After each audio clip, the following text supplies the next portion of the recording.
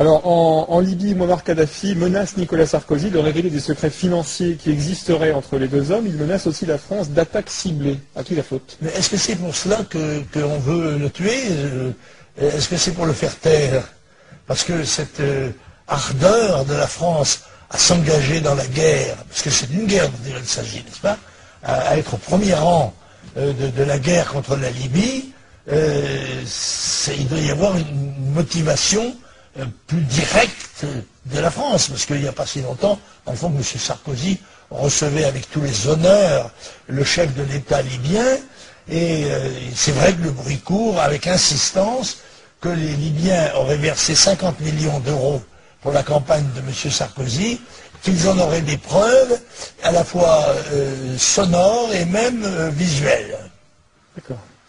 Et donc, à qui la faute sur ces menaces d'attaque ciblées vers la France? C'est Sarkozy qui en porte la responsabilité pour vous? Je trouve ça aberrant. Le rôle que joue la France, le rôle qu'a joué M.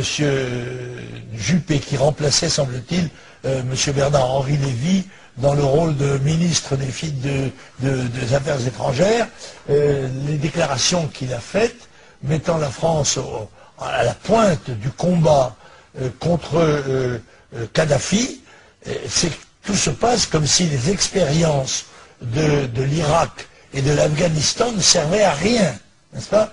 Autrement dit, la France va s'engager dans une guerre, je me demande avec quels moyens d'ailleurs, n'est-ce pas? En ayant acquis une base dans les Émirats, n'est-ce pas? Et au moins symbolique, va s'engager dans la guerre contre la Libye, comme d'ailleurs M. Sarkozy semblait vouloir le faire contre l'Iran.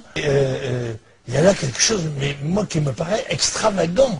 Et l'unanimité de la classe politique pour soutenir la partie de l'ONU qui a désiré faire la guerre, je dis bien la partie parce qu'il y a tout de même la Chine, la Russie, l'Allemagne, le Brésil, excusez du peu, qui se sont abstenus. Eh bien écoutez, moi je suis assez inquiet de l'aventure dans laquelle M. Sarkozy entraîne une fois de plus la France, qui n'en a pas les moyens financiers, ni même militaires. Autrement dit, nous allons servir de couverture, de paravent, à une opération dont très probablement la véritable raison est le pétrole. Voilà, à la vérité c'est ça. Je pense que M. Kadhafi n'a pas été jugé suffisamment obéissant dans ce domaine-là, et qu'on veut mettre à sa place des gens qui seraient plus compréhensifs.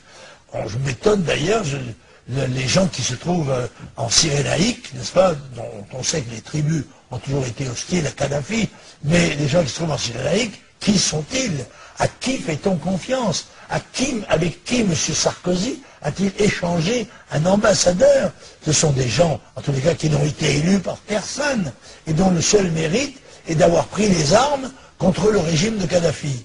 Ça me semble un peu insuffisant sur le plan du sérieux diplomatique et du sérieux politique. Juste d'un mot sur le sérieux diplomatique, justement, on voit que Bernard-Henri Lévy, qui n'est pas ministre, fait des annonces officielles.